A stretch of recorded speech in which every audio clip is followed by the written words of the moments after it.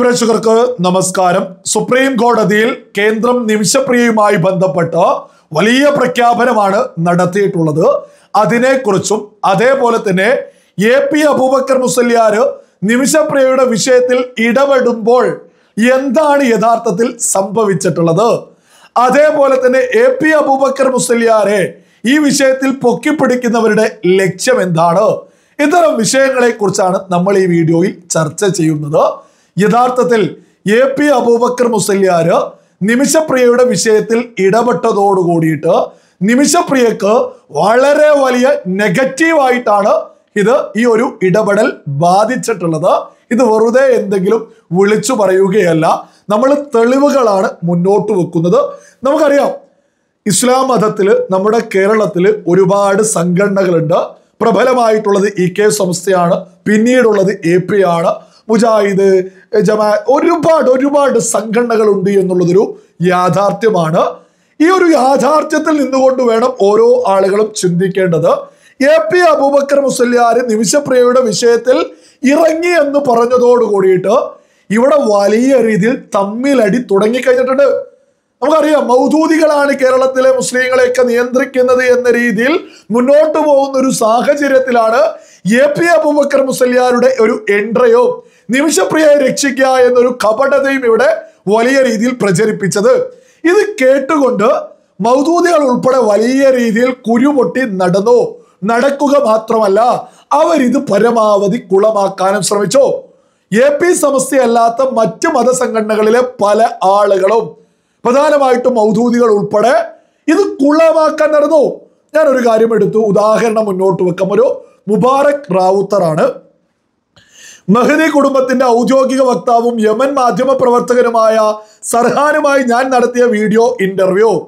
ആകാശത്ത് നിന്ന് പ്രവാചകരെ അയച്ചാലും വധശിക്ഷ തങ്ങൾ നടപ്പിലാക്കും മഹദി കുടുംബം.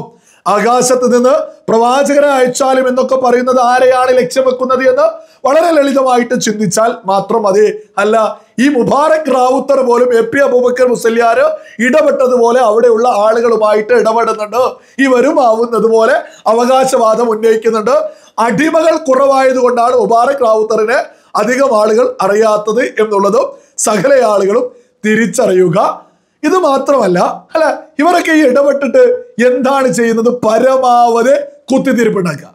മറ്റൊരുത്തരാണ് താഹിർ എന്ന് പറയുന്നത്. അറബിയിൽ ഇംഗ്ലീഷിലൊക്കെ തന്നെ കമന്റുകൾ ഇടുന്നുണ്ട്. ഇത്തരത്തിലാണ് പറയുന്നത്: ഒടുവിൽ നീ നിന്റെ സഹോദരന്റെ രക്തം വിട്ടു. തലാലിന്റെ സഹോദരന്റെ പിന്നാലെ നടന്നുകൊണ്ട് കമന്റ് ചെയ്തുകൊണ്ടിരിക്കുക ഇത്തരം മലയാളികൾ. ഇതൊക്കെ തന്നെ മതസംഘടനകളുമായി ബന്ധപ്പെട്ട ആളുകളാ. AP അബൂബക്കർ മുസല്യാർക്ക് ക്രെഡിറ്റ് കിട്ടാതിരിക്കാൻ ഇത് വെറുതെ പറയുന്നതല്ല, ഇത്തരം ഒരുപാട് ആളുകളുണ്ട്.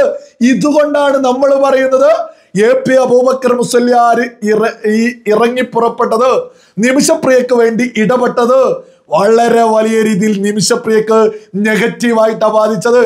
നിമിഷപ്രിയ ഈ പറയുന്ന തലാലിന്റെ സഹോദരന്റെ ഒന്നും പിന്നാലെ ഈ ഒരു സമയം വരെ AP അബൂബക്കർ മുസല്യാർ ഇടപെടുന്നത് വരെ ഒരാൾ പോലും ഇത്തരം കമന്റുമായിട്ടൊന്നും രംഗത്ത് എത്തിയിട്ടില്ലായിരുന്നു.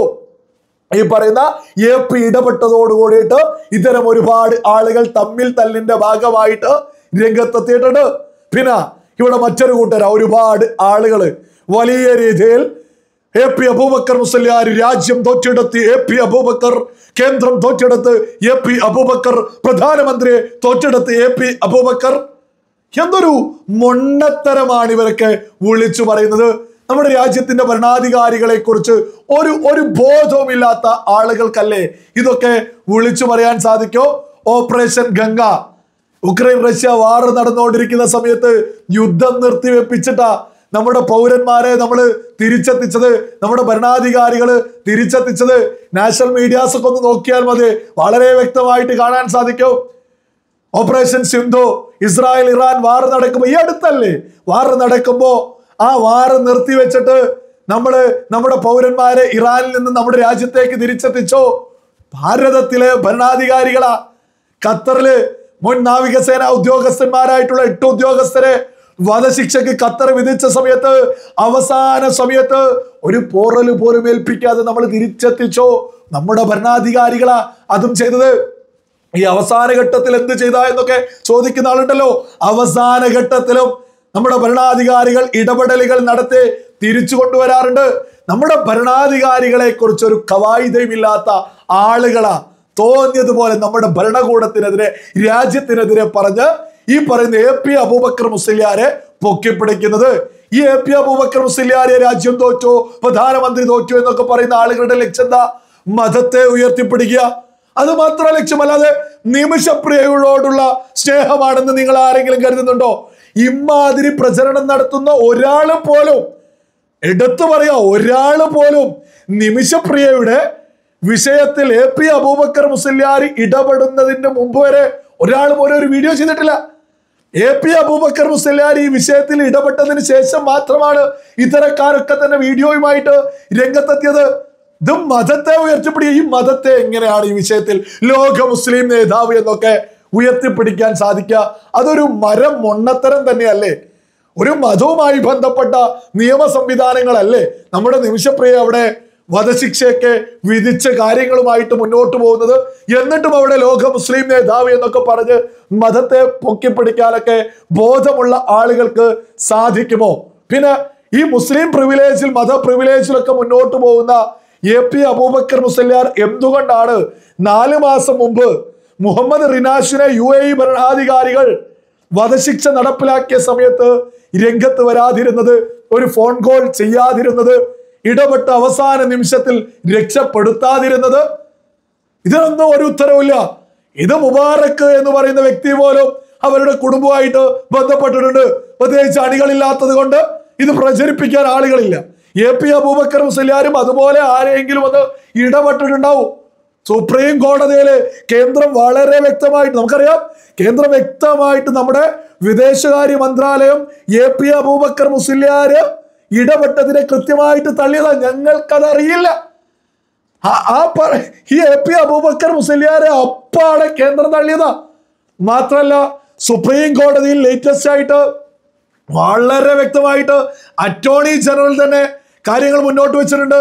നിമിഷപ്രിയയുടെ കുടുംബം മാത്രമേ ഇരയുടെ ബന്ധുക്കളുമായി ചർച്ചകൾ നടത്താവൂ എന്നും, നല്ല ഉദ്ദേശത്തോടെയാണെങ്കിൽ പോലും പുറത്തു നിന്നുള്ള ആരും ഇതിൽ ഉൾപ്പെടരുതെന്നും attorney general R Venkataramani supreme കോടതിയിൽ പറഞ്ഞിരിക്കുന്നു.